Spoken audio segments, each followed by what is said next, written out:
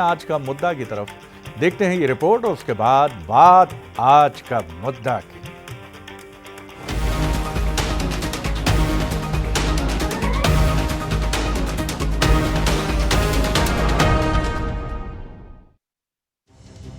प्रदेश की बहनों से मुख्यमंत्री डॉक्टर मोहन यादव का लगाव किसी से छिपा नहीं है। सीएम मोहन यादव बहनों के हक में एक के बाद एक फैसले कर रहे हैं। रक्षाबंधन के मौके पर मध्य प्रदेश सरकार ने पहले लाडली बहनों को 250 रुपए अतिरिक्त देने का फैसला किया। अब चुनावी वादे के मुताबिक लाडली बहनों को 450 रुपए में गैस सिलेंडर देने का ऐलान किया है। हमने निर्णय लिया है कि सभी लाडली बहनों को 450 रुपए में हम गैस सिलेंडर दें। गैस की टंकी लगभग 848 रुपए में मिल रही है और इसमें 450 रुपए लाडली बहनों को देना पड़ेंगे। 398 रुपए इसमें राज्य शासन प्रतिपूर्ति देगा। उज्ज्वला गैस कनेक्शन की बहनों का जिनका गैस कनेक्शन है, ये इनकी संख्या लगभग 40 लाख के आसपास है। इनको हम अपने वित्तीय संसाधन से 450 रुपए में गैस कनेक्शन का जो सब्सिडी देने का हमने घोषणा पहले से की हुई है, हम उस पर कायम है। आज कैबिनेट के माध्यम से हमने और दोबारा उसको पुष्टि की है कि इनका हेड खोल करके उनको वो राशि दी जाएगी। सरकार के इस फैसले के बाद मध्य प्रदेश में 40 लाख लाडली बहनों को 450 रुपए का रसोई गैस सिलेंडर मिलेगा। इससे ऊपर की राशि की भरपाई राज्य सरकार करेगी। मतलब साफ है कि गैस सिलेंडर पर 398 रुपए की सब्सिडी राज्य सरकार देगी। इस समय गैस सिलेंडर 848 रुपए में मिल रहा है। बहनों को 398 रुपए की सब्सिडी देने से राज्य सरकार पर 160 करोड़ का भार आएगा। कांग्रेस सरकार के इस फैसले पर बयानों की बाढ़ चला रही है। इन्होंने कुछ चुने हुए महिलाओं को, लाडली बहनों को देने का वादा किया है, परंतु हमारा जो वादा था वो सभी को देने का था। प्रदेश की सभी बहनों को हम 500 रुपए में सिलेंडर देने वाले थे। अब भाजपा कॉपी पेस्ट करके हमारी योजनाओं को आगे बढ़ाने का काम कर रही है, तो कम से कम प्रदेश की जनता से झूठ ना बोले, बहनों को 3000 रुपए महीना भी दें और गैस सिलेंडर भी सभी बहनों को दें। 2023 के विधानसभा चुनाव और 2024 के लोकसभा चुनाव में प्रदेश की महिला शक्ति के पावर ने बीजेपी को विजयी ऊर्जा दी है। लाडली बहना योजना की हितग्राहियों ने बीजेपी की सरकार बनाकर उसकी बल्ले बल्ले कराई, तो लोकसभा में क्लीन स्वीप कर बीजेपी का सपना भी पूरा किया। ऐसे में बीजेपी सरकार का पूरा फोकस महिलाओं से जुड़ी योजनाओं पर है। बीजेपी जानती है कि हर तरह से अगर महिला का साथ मिला तो 2028 में भी कांग्रेस को चारों खाने चित कर सकती है। कुल मिलाकर कह सकते हैं कि बंधन ने बनाई बात। अब लाडली बहनों को मिलेगी सस्ते सिलेंडर की सौगात। आज का मुद्दा में आपका बहुत बहुत स्वागत है और मैं हूं शरद द्विवेदी और आज का हमारा मुद्दा है बंधन ने बनाई बात, अब सिलेंडर की सौगात। जी हां, तो राजनीति है और राजनीति का ये गणित हमेशा अपनी बात कहता है, समझाने की कोशिश करता है और करता रहेगा बेहिचक। लेकिन हम भी इसको समझने की कोशिश करते रहेंगे कि इसका मतलब क्या है और कैसे ये जनता तक पहुंच रहा है। ये थोड़ा फुटेज खाने की बात है, जैसे हम इसको लेकर हुआ खड़े होकर थोड़ा फुटेज खा रहे थे। आज वक्त कम है इसलिए ज़्यादा बात तो नहीं करेंगे। आज आपको सुलगते सवाल पहले सुनाते हैं। क्या सस्ता सिलेंडर देकर बीजेपी सरकार ने बहनों से बंधन मजबूत किया है? पहला सवाल। दूसरा सवाल, क्या 250 रुपए और सस्ता सिलेंडर देकर बीजेपी ने 2028 का एजेंडा सेट कर लिया है? और तीसरी बात, कांग्रेस की कोशिशों की धार कुंद करने के लिए, यानी उसको भोथरा करने के लिए, भोथरा भी कठिन शब्द है, उसकी धार को मंद करने के लिए, तमाम कोशिश के बाद भी उसकी धार तेज ना हो, उसको करने के लिए क्या है? ये बीजेपी का मास्टर स्ट्रोक है। ये 3 सवाल हैं साहब और अब सीधे चलते हैं मेहमानों की तरफ, जो मेहमान हमारे साथ हैं। और आज बड़ा ही अच्छा समय है, मुहूर्त है, गणित है कि तीनों मेहमान स्टूडियो में मौजूद हैं, क्योंकि अब तकनीक इतनी बढ़ गई, घर बैठे आप जुड़ जाते हैं तो आनंद नहीं आता। फिर हम थोड़ा पुरानी पीढ़ी के हैं। मनोज सैनी जी हैं एग्जीक्यूटिव एडिटर पॉलिटिकल अफेयर्स, बहुत स्वागत है मनोज। विवेक त्रिपाठी जी हैं, कांग्रेस के युवा नेता और प्रवक्ता हैं। और अजय धवले जी हैं, युवा नेता, प्रवक्ता और लीडिंग एक संस्थान से निकले हुए व्यक्तित्व हैं और बढ़िया अधिवक्ता भी आप उनको भविष्य का मान सकते हैं और हैं ही, वो मान क्या सकते हैं। मनोज, पहली टिप्पणी आपकी, कैसे देखते हैं और क्या ये योजना धमाल मचाएगी? क्योंकि लाडली बहना का अपना ऑरा है, डॉक्टर मोहन यादव मुख्यमंत्री मध्य प्रदेश इसको बहुत बेहतर समझते हैं, कैसे देखते हैं आप इसको? देखिए शरद जी, लाडली बहना की जो संख्या है वो करीब 1.25 करोड़ से ज़्यादा है, जिनको 1250 रुपये सरकार दे रही है और इस महीने खासकर रक्षाबंधन पर 250 रुपये देने की बात कही गई है। लेकिन 40 लाख ऐसी महिलाएं हैं जो गैस सिलेंडर सब्सिडी का पाती है, तो उनके लिए सरकार ने तय किया है 160 करोड़ का अतिरिक्त बजट, 398 की लगभग सब्सिडी प्रत्येक सिलेंडर पर सरकार देगी। पर सवाल ये है कि ये ठीक है, बहुत अच्छी बात है, लाडली बहना खुश हो जाएंगी। आधी आबादी पर तो नजर है। आपको याद होगा अभी कार्य समिति जब हुई भारतीय जनता पार्टी की, तो भूपेंद्र यादव ये बोल रहे थे, यानी पार्टी की लाइन होगी कि हमें आधी आबादी को ही फोकस करना और बहुत अलग तरह से फोकस करना, तो मुझे लगता है उसी का हिस्सा है। लेकिन चुनावों में जो वायदे किए गए थे, इसके बाद चिंताएं दूसरी तरफ भी जाती। ठीक है, आप सब कुछ करते रहिए, सरकार की तारीफ भी करना चाहिए, बहनों की चिंता भी करना चाहिए, पर 125 ऐसी योजनाएं हैं, स्कीम, जिन पर तलवार लटक रही, उनको रोकने की तैयारियां हैं। तो पैसा कहीं ना कहीं आपके पास मद कहाँ से आएगा, तो ये एक चिंता जरूर बढ़ाता है। लेकिन यदि मध्य प्रदेश सरकार उस तरफ जा रही, तो आप देखिए कि महाराष्ट्र में लाडला बहना लाडला भाई शुरू हो गया। तो आने वाले दिनों में ये तो सब ठीक है कि जो गारंटी आपने दी है, चाहे मोदी जी की गारंटी है, मुख्यमंत्री जी की गारंटी है, उस गारंटी को पूरा करेंगे। लेकिन विचार तो इस पर भी करना ही पड़ेगा कि आखिर ये सब कब तक। ये बड़ा सवाल है मनोज, क्योंकि चुनाव पहले भी जीते जाते थे और चेहरों पर जीते जाते थे, नीतियों पर जीते जाते थे, राजनीतिक दलों के चुनावी घोषणा पत्र पर जीते जाते थे। वो भरोसा खत्म मत करिए साहब, बिल्कुल मत करिए। उस भरोसे पर ही चलती हैं चीज़ें। ये तो आप कह सकते हैं कि चुनावी रिश्वत शब्द में नहीं बोलूँगा, लेकिन ये कहीं उसके आसपास ही खड़ा होता है, ये चीज़ है। विवेक जी, आप कैसे देखते हैं? जाहिर है आपका रवैया आलोचनात्मक होगा, लेकिन वो समीक्षात्मक हो, क्योंकि रवैया तो आपका भी यही रहता है कि इधर लाडली बहना तो आपके यहाँ भी लाडली बहना। जी देखिए, महिलाओं के सशक्तिकरण के लिए एक कदम उठाए जाना अति आवश्यक था। एक साल पहले शिवराज जी ने भी कहा था कि मैं 450 रुपये में गैस सिलेंडर दूंगा। एक साल से मध्य प्रदेश की भोली भाली महिलाएं टकटकी लगाए देख रही थी कि 450 रुपये में गैस सिलेंडर कम मिलेगा। चुनाव से पहले जब वादा किया गया था 3000 रुपये देने का, वो वादा भी आज तक अधूरा है।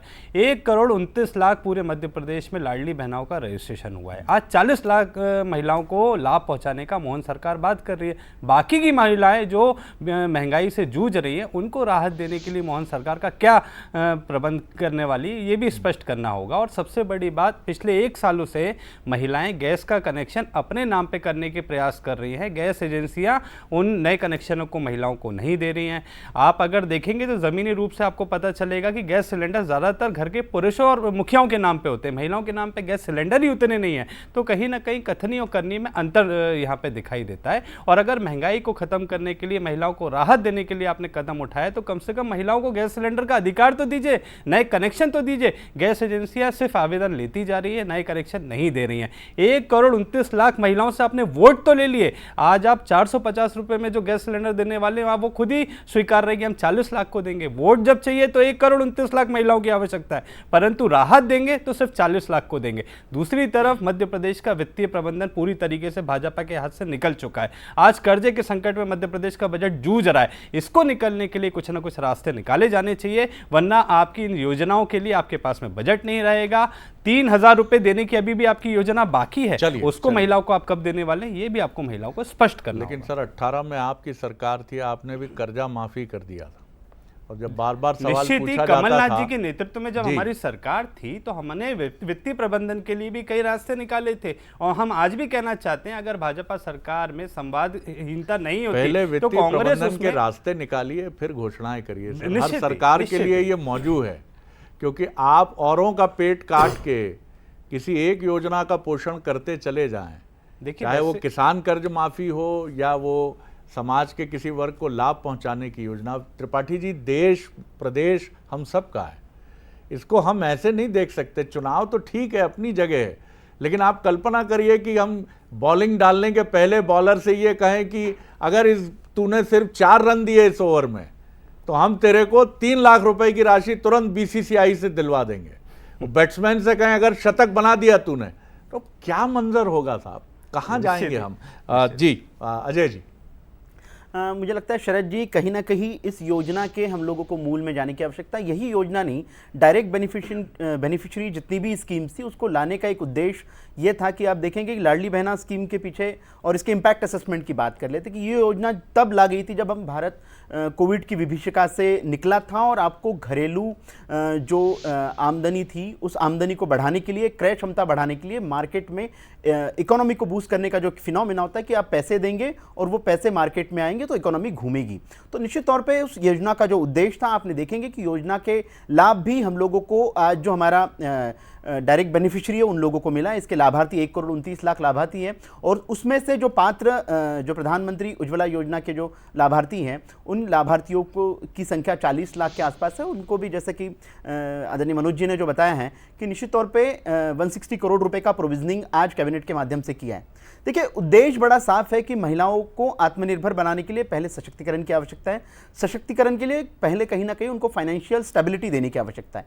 तो योजना का इंटेंशन जो है, मुझे लगता है एक बार इस योजना का एक टाइम फ्रेम होने के बाद में, क्योंकि अभी हम बात करें लाडली बहना योजना की तो लगभग 15 किस्तें आ चुकी हैं, और उसमें भी 2 बार 250 का बोनस अगर मिला दे तो निश्चित तौर पर सरकार ने प्रोविजनिंग के माध्यम से बजट आवंटन किया है। उद्देश्य की अगर हम बात करें तो इंटेंशन मैलाफाइड नहीं, इंटेंशन बोनाफाइड है कि महिलाओं को आत्मनिर्भर बनाने का उद्देश्य है। जो हम वुमेन लेड डेवलपमेंट की बात करते हैं, नारी शक्ति की क्रय शक्ति को बढ़ाकर उस क्रय शक्ति के माध्यम से मार्केट कैसा बूम करे, ये एक उद्देश्य था। जैसा कि हमारा 2023 के विधानसभा चुनाव का संकल्प पत्र था, उसमें हमने ये संकल्प लिया था कि लाडली बहनाओं को, उसमें भी पात्र लाडली बहनाओं को 450 रुपये में गैस सिलेंडर देंगी। कांग्रेस आरोप करती थी और विधानसभा के पटल पे भी हम लोगों ने इस बात का उत्तर दिया था। माननीय मुख्यमंत्री जी डॉक्टर मोहन यादव जी ये स्पष्ट कर चुके थे कि कोई भी एग्जिस्टिंग स्कीम बंद नहीं की जाएगी, बशर्ते हम नई नित नई योजनाओं के माध्यम से हितग्राहियों को जोड़ने का काम करेंगे। प्रदेश के विकास में जितने अधिक लोग लाभार्थी बने और लाभार्थियों के माध्यम से इकोनॉमी चले, ये हमारा उद्देश्य है। मध्य प्रदेश को विकसित बनाने के लिए मध्य प्रदेश के प्रत्येक व्यक्ति के पास में उसकी इनकम कैसे हो, इनकम का जनरेशन के माध्यम से रोटेशन कैसा हो, ये इंटेंशन है। मुझे लगता है 4-5 सालों बाद हम लोग जब इन योजनाओं का इंपैक्ट असेसमेंट कर लेंगे तो निश्चित तौर पर शरद जी, आप, हम, मनोज जी, विवेक जी, हम सब एक प्लेटफॉर्म पर रहेंगे कि किन इन योजनाओं से क्या लाभ हुआ, इन योजनाओं से इकोनॉमी कितनी बूस्ट की। बिल्कुल, लेकिन इसके आगे की कुछ और प्लानिंग भी ज़रूरी होगी, क्योंकि देखिए मनोज जी, मैं आपकी तरफ आ रहा हूँ कि अभी हमने देखा कि बजट में क्या हुआ। मुझे नहीं मालूम कि बिहार में लाडली बहना है कि नहीं है, मुझे ये भी नहीं मालूम कि आंध्र प्रदेश में लाडली बहना है कि नहीं है, लेकिन दोनों राज्यों को जो मिला वो राजनीतिक समीकरणों के आधार पर मिला। भाई, हो तो ये भी सकता था कि मध्य प्रदेश जैसे राज्यों ने भी बहुत अपनी आर्थिक हैसियत से बाहर जाकर बड़ी घोषणाएं की हैं, तो राजनीतिक समीकरण ज़्यादा महत्वपूर्ण हो जाते हैं राजनीति में, बजाय इसके कि ये तो अपने ही परिवार के लोग हैं, थोड़ा पेट पे कपड़ा और कस के बांध लेंगे तो कोई दिक्कत नहीं होगी। ये केंद्र को भी देखना होगा कि यहाँ तो उसी की पार्टी की सरकार है कि आखिर भैया आपने बढ़ चढ़ कर घोषणा की है तो करोगे कहाँ से, फंसोगे तो नहीं जी। देखिए सर जी, 2 तरह की चीज़ें हैं। यदि जब केंद्र की बात करते हैं तो निश्चित रूप से कुछ बेनिफिशियल जो योजनाएं हैं सरकार की बहुत अच्छी, जैसे प्रधानमंत्री आवास योजना, लोगों को छत मिल गई और छत का कुछ पैसा सरकार ने दिया और कुछ उसमें जनता की तरफ से भी मिलाया गया। और हमने देखा भी चुनाव के दौरान भी कई ऐसे गाँव में गए जिनकी स्थितियाँ ऐसी नहीं थी कि वो घर बना पाते, या गैस का सिलेंडर आप दे रहे हैं वो भी ठीक है, लेकिन दिक्कत यह है कि उन्होंने जिस तरह की योजनाएं की, फ्री में मत दिए, आप पैसा दे रहे हैं, देते रहिए, आप, कोई दिक्कत नहीं है। निश्चित रूप से आत्मनिर्भर महिलाओं को बनना चाहिए, पर बजट का आवंटन होगा कहाँ से? यदि 15,000 करोड़ आप जिसकी बात करें आंध्रा को देते हैं, 26,000 करोड़ आप बिहार को दे देते हैं, ठीक है, वो सरकार अपने तरह से चलाएगी, लेकिन ये चिंता बढ़ाने वाली बात अकेले भारतीय जनता पार्टी की नहीं है। जहाँ कांग्रेस शासित प्रदेश है, आप कर्नाटका की स्थिति देखिए, क्या स्थितियाँ बन रही। 5 साल बाद जिस अजय धबले जी जिसकी कह रहे हैं कि हम सब बैठकर इस मंच पर बात कर रहे होंगे, मुझे तो चिंता होती है अगले 5 साल बाद जब चुनाव आएंगे तो हम किस मुद्दे पर चर्चा कर रहे होंगे, क्या इसी पर बात कर रहे होंगे कि अब पैसा नहीं बचा देने के लिए। तो मुझे लगता है सरकार को आत्मनिर्भर बनाना है, बहुत अच्छी बात है। डॉक्टर मोहन यादव बहुत गंभीर मुख्यमंत्री है और जनता के बारे में सोचते हैं, पर मुझे लगता है बीजेपी हो या कांग्रेस, एक बार तो विचार इस पर करना ही पड़ेगा कि आखिर इन तक हम कब तक ऐसे चुनाव लड़ते रहेंगे। बिल्कुल मनोज, और ये भी बहुत महत्वपूर्ण है कि जो जनता इसका लाभ लेती है उसे भी सोचना पड़ेगा। भोपाल में गैस राहत के 700 करोड़ रुपए बटे, और मैंने ये देखा कि मुन्नू कबाड़ी को भी मिले, परिवार के 6-6 लोगों को मुआवजा मिला, लेकिन मुन्नू भाई आज भी ठेले पे अखबार ही बेच रहे हैं। हरसूद में मुआवजा बटा, लोगों ने ऐतिहासिक मोटरसाइकिल्स खरीदी, क्योंकि ये पैसा आपकी मेहनत का पैसा नहीं होता भाई साहब। और मेहनत का नहीं पैसा जब जेब में आता है ना, तो आदमी को दर्द होना बंद हो जाता है। माफ़ कीजिएगा, कभी ना कभी आप सबको ये अनुभव हुआ होगा, सड़क पे मिल गया 100 रुपए का नोट, उसको खर्च करने में आप कितनी बेदर्दी दिखाते हैं, और मेहनत से की गई कमाई पर आपका क्या रवैया रहता। नहीं भैया, बहुत 8 घंटे 9 घंटे की मेहनत है, तो आपको भी सोचना ये बात। विवेक भाई, लेकिन निश्चित ही जिस तरीके से भाजपा ने चुनाव से पहले वादा किया था, सर, उतनी फिर महिलाओं आप को उसी पे आ गए, जो उतनी हम महिलाओं कहते हैं को उस पे भी टिप्पणी कर दिया करिए जरा। इतना अपनी बुद्धि लगा लगा के सोचते रहते हैं कि कहीं कोई उधर ताली बजा दे, इधर कोई अप्रिशिएट कर दे। वित्तीय प्रबंधन की जो बात मैंने कही थी, उसके लिए सरकार को सख्त कदम उठाने पड़ेंगे, ठोस कदम उठाने पड़ेंगे। वित्तीय प्रबंधन पूरी तरीके से बिगड़ चुका है। आप लाडली बहना को 450 रुपए में गैस सिलेंडर दे रहे हैं, आज कर्मचारियों को बांटने के लिए तनख्वाह नहीं है, उसके रास्ते कैसे निकाले जाएंगे? मध्य प्रदेश में नया इन्वेस्टमेंट हो, बेरोजगारी बढ़ती जा रही है, मध्य प्रदेश का युवा रोजगार के लिए अन्य राज्यों की तरफ पलायन कर रहा है, उन युवाओं को कैसे रोकेंगे? इन सभी विषयों पर चर्चा करने की आवश्यकता है, परंतु संवादहीनता बढ़ती जा रही है। विधानसभा चलने नहीं देते, भाजपा सरकार चर्चा नहीं करना चाहती, तो कहीं ना कहीं सबको मिलकर संगठित होकर प्रयास करना पड़ेगा। मध्य प्रदेश के विकास की बात है, विकास का मुद्दा है, तो उस विकास के मुद्दे पे सभी दलों को एक साथ बैठ के एक मंच पे विचार करना होगा, रास्ते निकालने होंगे और वित्तीय प्रबंधन को सुधारना होगा। कर्जा जिस तरीके से मध्य प्रदेश में बढ़ता जा रहा है, 2 महिलाएं, एक ITR भर्ती, उनको 450 रुपए में गैस सिलेंडर नहीं मिल रहा है, दूसरी महिला है उसको 450 रुपए में गैस सिलेंडर मिल रहा है। महंगाई तो दोनों के लिए है ना, तो रास्ते आपको ऐसे निकालने पड़ेंगे कि मध्य प्रदेश में जो ये महंगाई का असर है, इसको हम कम कर सकें। उसके लिए क्या रास्ते हैं, वो भाजपा को विचार करना होगा। आप कर दीजिए अपने घोषणा पत्र में कि ITR भरने वाली को भी हम देंगे 450 में सिलेंडर। जब बिजली का बिल 100 रुपए में मिल रहा था, तो उसमें हमने ये नहीं देखा था कि गरीब है अमीर है, सभी के लिए उस योजना में लाभ मिला था। जब बिजली का बिल हम योजना ही उसी तरीके की बनाते हैं कि सभी को लाभ मिले। अगली बार आइए तो जरा आला नेताओं से बात करके पार्टी में आइए कि एक घोषणा पत्र अभी से क्यों ना रख दिया जाए। बिल्कुल, जैसा आप कांग्रेस से उम्मीद करते हैं, भाजपा से भी कीजिए। मैं जी बिल्कुल, मेरा प्रश्न है यही प्रश्न। नहीं करेंगे, सिर्फ अपने काम के आधार पर चुनाव जीतेंगे। कोई पार्टी ऐसी भी आ जाए। अजय जी, माफी चाहूंगा। शरद जी, मुझे लगता है कि देखिए, हम लोकतंत्र में हैं, लोकतंत्र की जैसे कि हम सभी जानते हैं कि अपनी मजबूरियां भी हैं, लेकिन लोकतंत्र की मजबूरियां को सिर्फ मजबूरियों के दृष्टि से ना देखते हुए लोकतंत्र को सशक्त बनाने के अगर उद्देश्य पे हम बात करें, तो आज देखेंगे कि किसी ज़माने में ऐसा होता था, किसी स्कीम का पैसा निकला है, जो बेनिफिशियरी होता था उस तक के पहुंचता ही नहीं था। और ये हमारे देश के पूर्ववर्ती प्रधानमंत्री इस सार्वजनिक मंच से कह चुके कि 1 रुपया भेजता हूँ तो जो अंतिम व्यक्ति है उस तक के 15 पैसे पहुँचते हैं। आज हमने ये इंश्योर किया कि अगर DBT के माध्यम से जो प्रत्येक हितग्राही है उसको हितलाभ डायरेक्टली मिले, तो इसमें जो बीच में जो लूपहोल्स थे, वो लूपहोल्स कम हो गए। इन सारी चीज़ों से जो पैसा बच रहा है, निश्चित तौर पे उससे गुड गवर्नेंस ही हो रहा है। और सरकारों का हम आज भी देखिए कि हम लोगों की जो फिलॉसफी है, हमारे भारत को जो डेमोक्रेसी जो चलती है, ये आज भी हम लोग ना सोशलिस्ट बने ना हम कैपिटलिस्ट बने, हम आज भी वेलफेयरिज्म को फॉलो करते हैं। और हमारे संविधान निर्माताओं ने ये मान्यता रखी कि भारत 200 वर्ष तक गुलामी में रहा है। इस देश को और तरक्की करने के लिए, इस देश को उन विकसित देशों के साथ में कम्पीट करने के लिए पहले वेलफेयर करके देश के नागरिकों का जीवनमान ऊपर करने की आवश्यकता है। निश्चित तौर पे हम कहते हैं जब 2047 में विकसित भारत होगा, तब उस विकसित भारत के प्रत्येक नागरिक की जो पर कैपिटा इनकम है वो ऐसी रहेगी कि उसे सरकारी स्कीमों पे निर्भर होने की आवश्यकता नहीं पड़ेगी। हम सभी इस बात के लिए भी आवश्यक प्रयास करें कि कैसे एक सरकार एक मंशा क्रिएट करे कि इसमें वास्तविक जिनको आवश्यकता है वो लाभ लें, जिनको आवश्यकता नहीं है वो लाभ खुद गिव अप कर दें।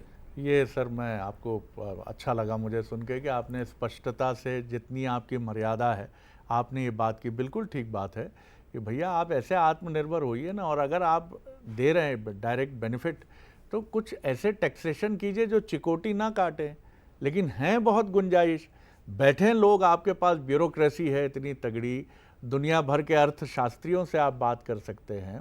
कुछ तो हो सकता है कि अगर आप 1500 करोड़ 1700 करोड़ रुपए हर महीने दे रहे हैं, तो आप इससे अधिक 2000 करोड़ रुपए का रेवेन्यू भी हासिल कर लें। ये बड़ी चीज़ है, इसकी तरफ ध्यान देना होगा। बहुत वक्त होता तो बड़ी और लंबी चर्चा होती। बहुत आप तीनों मेहमानों का बहुत धन्यवाद कि आप आए हमारे साथ और एक अच्छे तरीके से बात की इस पूरे मसले पर जो बहुत संवेदनशील है। महत्वपूर्ण बात यही है कि आपको जो उधर ले रहे हैं डायरेक्ट बेनिफिट स्कीम्स का। सरकार को भी ये चाहिए कि अगले 5 साल बाद घोषणा हो कि अब हम आपको इसके ऊपर मुद्रा लोन की तरह कुछ आपको लौटाना भी पड़ेगा। आप कुछ झोले बनाइए घर पर, आप कुछ ऐसा काम करिए। देखिए सर, खैरात का पैसा जो है ना, खैरात का ही पैसा होता है। तो ये बात चाहे मैं लूँ, आप लें, कोई भी ले, उसमें कुछ चीज़ें ऐसी रहती हैं जो स्वाभिमान के साथ समझौते करने जैसी तो होती हैं, लेकिन राजनीति की मजबूरी है, लोकतंत्र की भी मजबूरी है और कई बार जरूरी भी है। मैं ये भी बहुत ताकत से बात कहूँगा, क्योंकि उधर अनेक बहनें हैं लाखों की संख्या में, जिनके लिए 1000 रुपये कारू के खजाने से कम नहीं है, लेकिन उन्हीं को चिन्हित करके उन तक ये पहुँचे, उन तक ना पहुँचे जिन्हें ज़रूरत नहीं है, और वो इस 1000 रुपये को ऐसे रखते हैं, अरे इससे क्या होता है, ये तो अभी खर्च कर देंगे, गुड्डू का ले जाएंगे आज टॉप इन टाउन पे आइसक्रीम खिला देंगे। ये नहीं होना चाहिए सर। आगे देखिए छत्तीसगढ़ आज का मुद्दा, स्टील प्लांट बंद, सियासत चालू। नमस्कार।